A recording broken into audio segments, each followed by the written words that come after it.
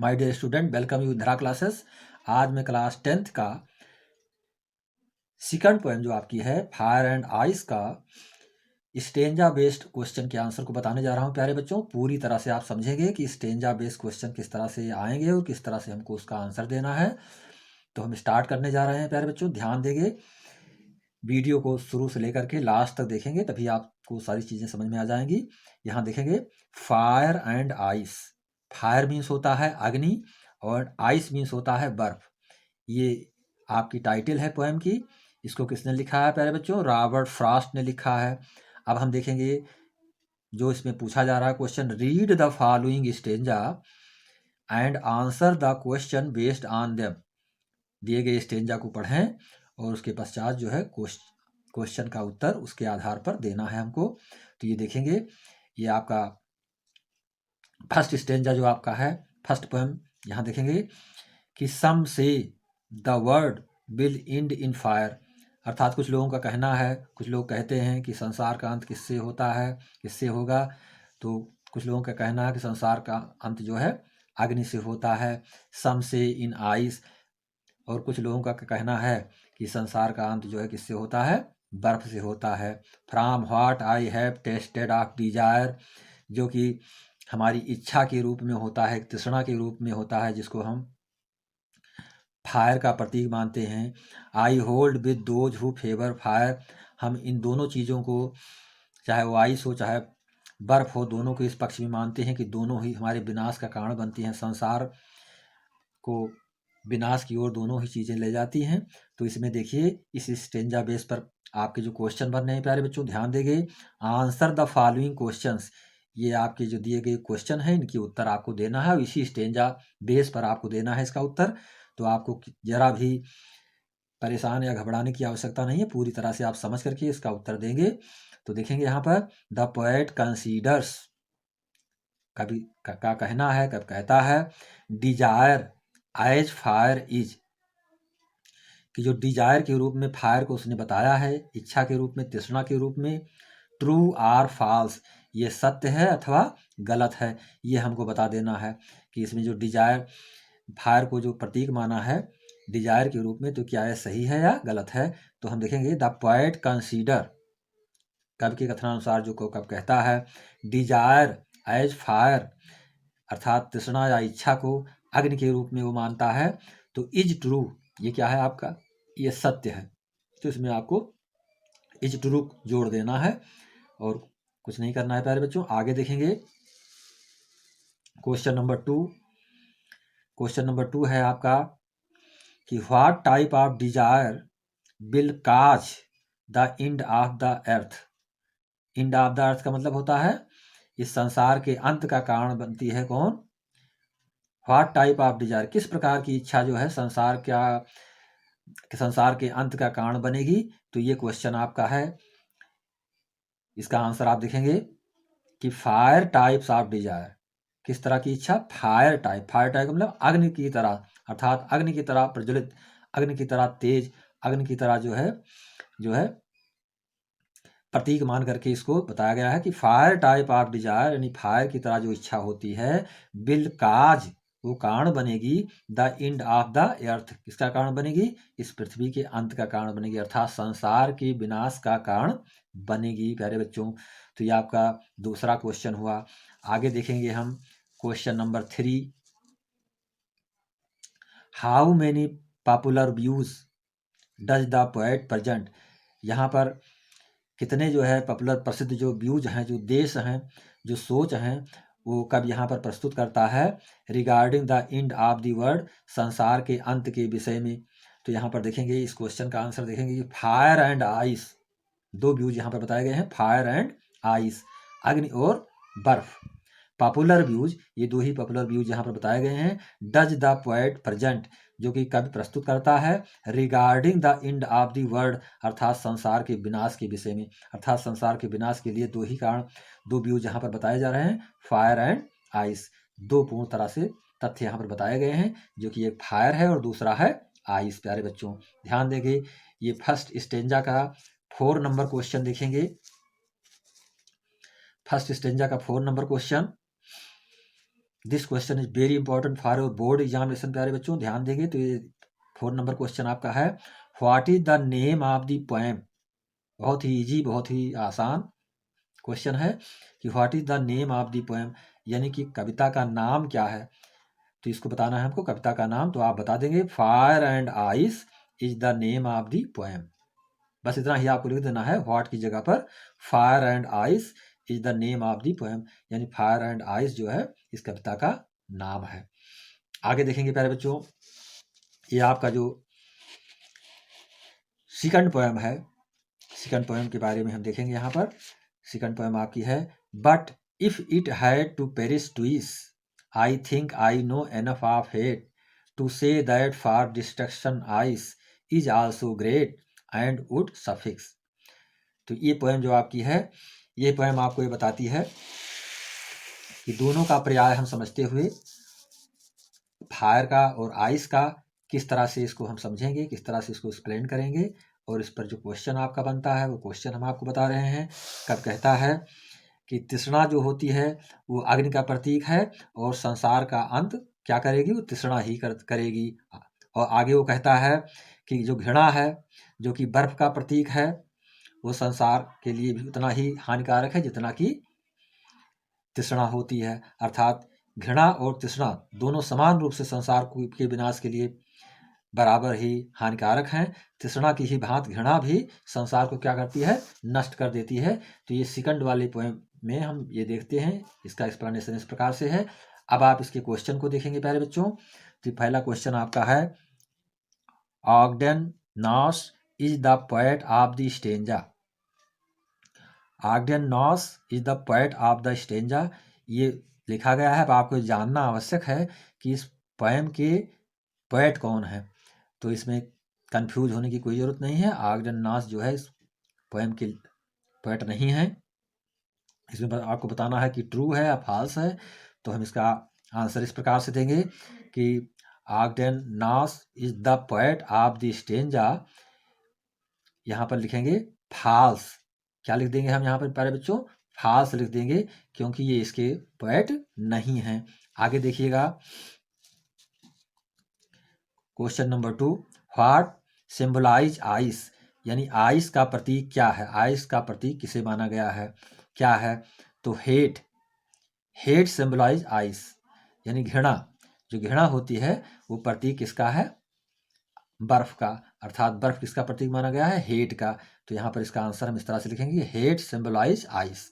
आगे देखेंगे, according to the poet, अर्थात कवि के अनुसार, डिजायर इज सिंबलाइज्ड विथ, जो डिजायर है, इच्छा है, जो तृष्णा है, वो सिंबलाइज की गई है, किससे की गई है, विथ लिखा हुआ है। आगे हमको इसको कंप्लीट करना है, तो इसको इस तरह से लिखेंगे, according to the poet desire is symbolise, यानी कवि के अनुसार जो है, जो डिजायर का प्रतीक माना गया है, विथ, वो क्या है, किससे है, तो फायर। यहाँ पर हम क्या लिख देंगे, फायर को लिखेंगे प्यारे बच्चों। तो ये हमें ध्यान रखना है, क्योंकि हम पूरा जब स्टेंजा पढ़ेंगे तो सारी चीज़ें हमको समझ में आती जाएंगी। आगे देखेंगे क्वेश्चन नंबर आपका 4, by whom the poem fire and ice is composed, अर्थात किसके द्वारा फायर एंड आइस कविता की रचना की गई है। तो ये हमें बताना है। तो इसका आंसर इस प्रकार से होगा, देखेंगे, the poem fire and ice is composed by Robert Frost. इसके पोएट कौन है प्यारे बच्चों, तो ध्यान देंगे, ये इसके जो पोएट हैं उनका नाम क्या है, रॉबर्ट फ्रॉस्ट। ये आपको अपने माइंड में फीड रखना है, जिससे आप कभी भूल ना पाएं कि रॉबर्ट फ्रॉस्ट ने इसकी रचना की है, फायर एंड आइस पोएम की। तो ये थे आपके स्टेंजा बेस्ड क्वेश्चन प्यारे बच्चों। इस स्टेंजा बेस्ड क्वेश्चन आपके लिए बहुत ही इम्पोर्टेंट और बहुत ही आवश्यक होते हैं एग्जाम के लिए। आने वाले बोर्ड एग्जाम में ये आपके लिए बहुत ही कारगर होगा। पूरी तरह से आप क्वेश्चन के आंसर को दे पाएंगे। तो हम चाहेंगे कि इसको पूरी तरह से आप समझ लें और समझ करके इसको एक्सप्लेन करने का प्रयास करेंगे, लिखने का प्रयास करेंगे प्यारे बच्चों। ये आपके लिए बहुत ही इम्पोर्टेंट होगा। तो मैं चाहूँगा कि कुछ जो है, जो ऑब्जेक्टिव बेस के क्वेश्चंस हैं, जिनको कि आप राजू प्रकाशन की बुक में पढ़ चुके हैं या पढ़ते भी हैं, तो ये ऑब्जेक्टिव बेस्ड क्वेश्चन को हम भी यहाँ पे एक्सप्लेन करने जा रहे हैं। ऑब्जेक्टिव टाइप क्वेश्चंस यदि आपके आ जाते हैं तो आप उसको पूरी तरह से लिख पावें, तो ये आप राजीव प्रकाशन की बुक से आप समझेंगे इसको प्यारे बच्चों। तो हम इसको एक्सप्लेन करेंगे इस तरह से, देखेंगे ये जो आपका क्वेश्चन जो बन रहा है इसमें, who is the poet of the poem. Objective type question, ये 10 क्वेश्चन यहाँ पर है जिसको कि हम MCQ टाइप से समझते हैं प्यारे बच्चों। तो who is the poet of the poem fire and ice, यानी फायर एंड आइस के जो पोएट हैं इनको बताना है आपको। तो इसमें 4 ऑप्शन दिया गया है। इस 4 ऑप्शन में आपका ऑप्शन नंबर बी करेक्ट है, रॉबर्ट फ्रॉस्ट। रॉबर्ट फ्रॉस्ट जो है इसके पोएट हैं, ये हमको लिखना है प्यारे बच्चों। अगला क्वेश्चन देखेंगे, what does the poet compare fire with. कवि जो है फायर को की तुलना किससे किया है।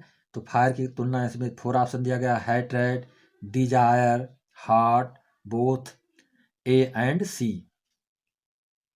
तो इसमें देखेंगे प्यारे बच्चों कि इसमें जो है ये बी ऑप्शन जो आपका है, ये बी ऑप्शन आपका करेक्ट है। इसमें डिजायर, डिजायर का मतलब होता है इच्छा या तृष्णा, इससे तुलना किसकी की गई है प्यारे बच्चों, फायर की तुलना की गई है, तो फायर को बताया गया है, तो ये आपका ऑप्शन नंबर बी सही होगा। What is the meaning of Paris, बहुत ही इंपॉर्टेंट क्वेश्चन है प्यारे बच्चों, तो इसको हम ध्यान रखेंगे कि पेरिस का मतलब क्या होता है। हाँ देखेंगे प्यारे बच्चों, ये जो पेरिस है, पेरिस का मतलब होता है विनाश की ओर, अर्थात विनाश को बताता है, बर्बादी को बताता है, मृत्यु को बताता है। तो what is the meaning of Paris, तो पेरिस के लिए हम किसका कौन सा ऑप्शन सही मानेंगे इसमें, ब्लूम, राइज, डाई, ग्लो। तो ये आपका डाई, डाई पर हम टिक करेंगे, ये ऑप्शन आपका सही रहेगा। आगे देखेंगे, व्हेयर हैज ही यूज्ड पर्सानिफिकेशन। पर्सानिफिकेशन का मतलब होता है मानवीयकरण, जो आपकी फिगर ऑफ स्पीच है बच्चों। तो व्हेयर हैज ही यूज्ड पर्सानिफिकेशन, पर्सानिफिकेशन का प्रयोग उसने कहाँ पर किया है कवि ने। तो यहाँ पे देखेंगे, फायर, आइस, एर्थ, बोथ। अब ए एंड बी, तो हम ध्यान देंगे इसमें जो फायर और आइस है ये दोनों ही पर्सानिफिकेशन के रूप में प्रयोग किए गए हैं, तो आपका ऑप्शन नंबर डी करेक्ट होगा प्यारे बच्चों, इसको हम डी को सही मानेंगे। आगे देखेंगे, name the poetic device used in the line. Poetic device को बताना है जो इस लाइन में प्रयोग की गई है। डिविस का मतलब होता है figure of speech. To say that for destruction ice is also great. Destruction, destruction ice is also great. Destruction का मतलब होता है महान विनाश, डिस्ट्रक्शन का मतलब होता है महान विनाश। तो इस महान विनाश के लिए इसमें किस फिगर ऑफ स्पीच का प्रयोग किया गया है प्यारे बच्चों, देखेंगे इसमें। तो मेटाफर, इमेजरी, एलाइट्रेशन, ऑक्सीमोरन। तो यहाँ पर जो है महान विनाश को हम मेटाफर से जोड़ते हैं। मेटाफर क्या है, एक इसका रूपात्मक है, रूप बताया गया है, विनाश क्या का रूप बताया गया है। तो ये ऑप्शन नंबर ए आपका करेक्ट है। What does ice symbolize, ice किसका प्रतीक बताया गया है, आइस को प्रतीक किसका माना गया है प्यारे बच्चों। तो यहाँ पर देखेंगे आइस जो है प्रतीक है किसका, हैट्रेट का, हैट्रेट का मतलब घृणा का। आगे देखेंगे, what does violent desire refer to, किसके विषय में इसमें को किस इच्छा के बारे में बताई गई है बात। व्हाट डज आइस, ये what does violent desire, desire का मतलब इच्छा, रिफर टू, तो डिजायर को किसको किससे प्रतीक माना गया है प्यारे बच्चों, यहाँ ध्यान देंगे। Love, ice, both A and B, none of the above. तो इसमें जो है कोई भी ऑप्शन सही नहीं बताया गया है, तो इसमें डी ऑप्शन आप सही समझेंगे प्यारे बच्चों। आगे देखेंगे, what is the रेमिंग scheme of the poem. इसमें आपको रेमिंग स्कीम बताना है।